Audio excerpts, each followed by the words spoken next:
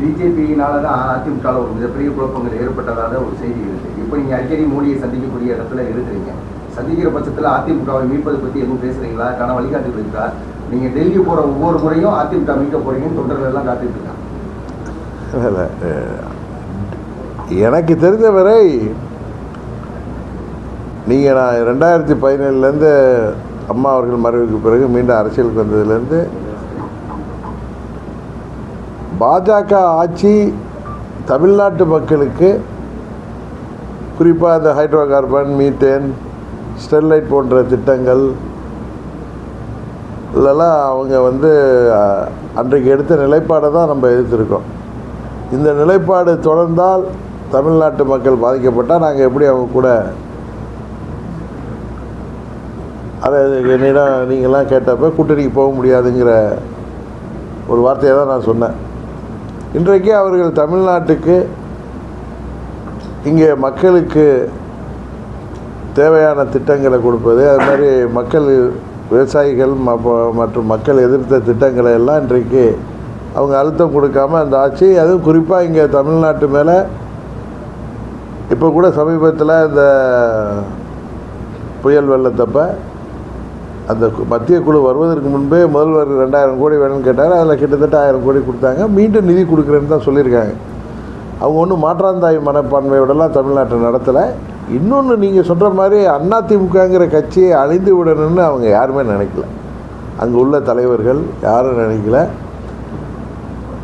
அந்த அம்மாவுடைய கட்சி சரியாக இருந்தால்தான், அம்மாவுடைய தொண்டர்கள் எப்படி பிரிந்திருந்தாலும் அவர்கள் எல்லாம் ஓரணியில் இருந்தால் தான் திமுகங்கிற தீய சக்தி இன்றைக்கு கூட்டணி பலத்தோடு இருக்குது, அதை வெல்ல முடியும் அப்படின்னு நினைக்கிறாங்க. உங்களுக்கே நல்லா ஞாபகம் இருக்குது, 21 தேர்தல் அப்போ நான் என்ன நலம் விரும்பிகள் நான் அம்மாவுடைய தொண்டர்கள் எல்லாம் ஒன்றுங்கிறப்ப எங்கள் கட்சியும் கூட்டணிக்கு வரப்போ நான் வரேன்னு சொல்லியிருந்தேன்.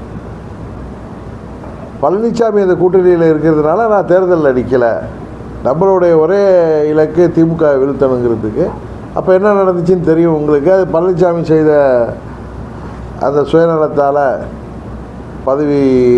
முதலமைச்சர் பதவி அதிகாரம் இருக்கிறதுனால அவர் எடுத்த தவறான முடிவினால் இன்றைக்கு ஆட்சிக்கு வர முடியாமல் போயிட்டு 24 தேர்தலில் போய் நான் பாஜகவோட நேரடியாக கூட்டணிக்கு வந்தேன்.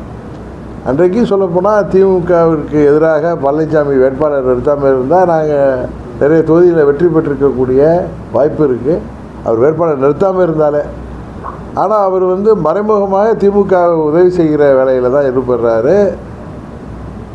புரட்சித் தலைவர் கண்டெடுத்த வெற்றி சின்னம் ரெட்டையில் இன்றைக்கு திமுகவிற்கு வெற்றிக்கு, தேர்தல் வெற்றிகளுக்கு மறைமுகமாக உதவி செய்கிற விதமாக எதிர்க்கட்சிகள், குறிப்பாக அம்மாவுடைய கட்சி பலவீனமாவதற்கு அவர் காரணமாக இருக்காருன்னு சொன்னேன். அதனால தான் நான் நீங்கள் சொன்ன கருத்தை மறுக்கிறேன். அதாவது எனக்கு தெரிந்தவரை பாஜகவில் உள்ள அனைத்து தலைவர்களுமே, அங்கே உள்ள நிர்வாகிகளுமே அண்ணா திராவிட முன்னேற்ற கழகங்கிற கட்சி அது பலமாக இருக்கிறது தான் தமிழ்நாட்டுக்கு நல்லது. அது திமுகவை வீழ்த்துவதற்கு அவர்கள் நாமெல்லாம் ஒன்று சேர்ந்து அலைன்ஸில் வரணும்னு தான் அவங்க எதிர்பார்க்குறாங்களே தவிர கட்சியை பலவீனப்படுத்தணுன்னோ அந்த கட்சியை அழிக்கணுன்னோ அவங்களுக்கு நினைப்பு இல்லை.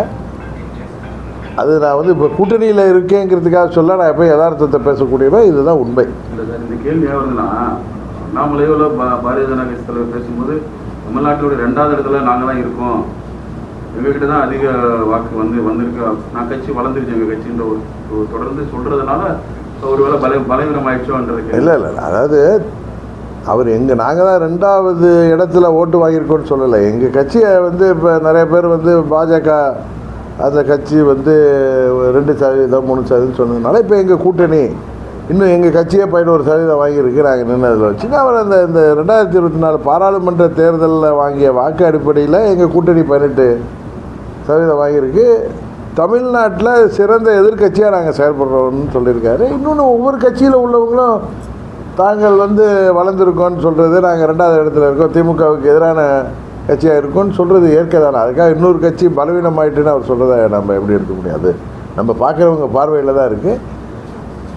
அவர்களை அண்ணாமலை நண்பர் அண்ணாமலை உட்பட இங்கே தமிழ்நாட்டில் உள்ள பாஜக தலைவர்களும் சரி, இந்திய அளவில் உள்ள தலைவர்களும் சரி, நிறைய பேரோட நம்ம சந்திக்கிற வாய்ப்பு கிடைக்கிறப்ப எல்லாரும் அதிமுக ஒன்றா இருக்கணும், அம்மாவுடைய கட்சி ஒன்றா இருக்கணும்னு தான் நினைக்கிறாங்க. அதுக்கான முயற்சிகள் அவங்க செய்கிறாங்களாங்கிறது எனக்கு தெரியாது. எல்லாம் ஒன்றிணைணுங்கிறத பார்க்குறப்ப எங்களிடம்லாம் ஒன்றா இருந்து செயல்படுங்க, அதுதான் நல்லது தமிழ்நாட்டுக்குங்கிற. செய்திகளை உடனுக்குடனும் துல்லியமாகவும் தெரிந்து கொள்ள சப்ஸ்கிரைப் பண்ணுங்க.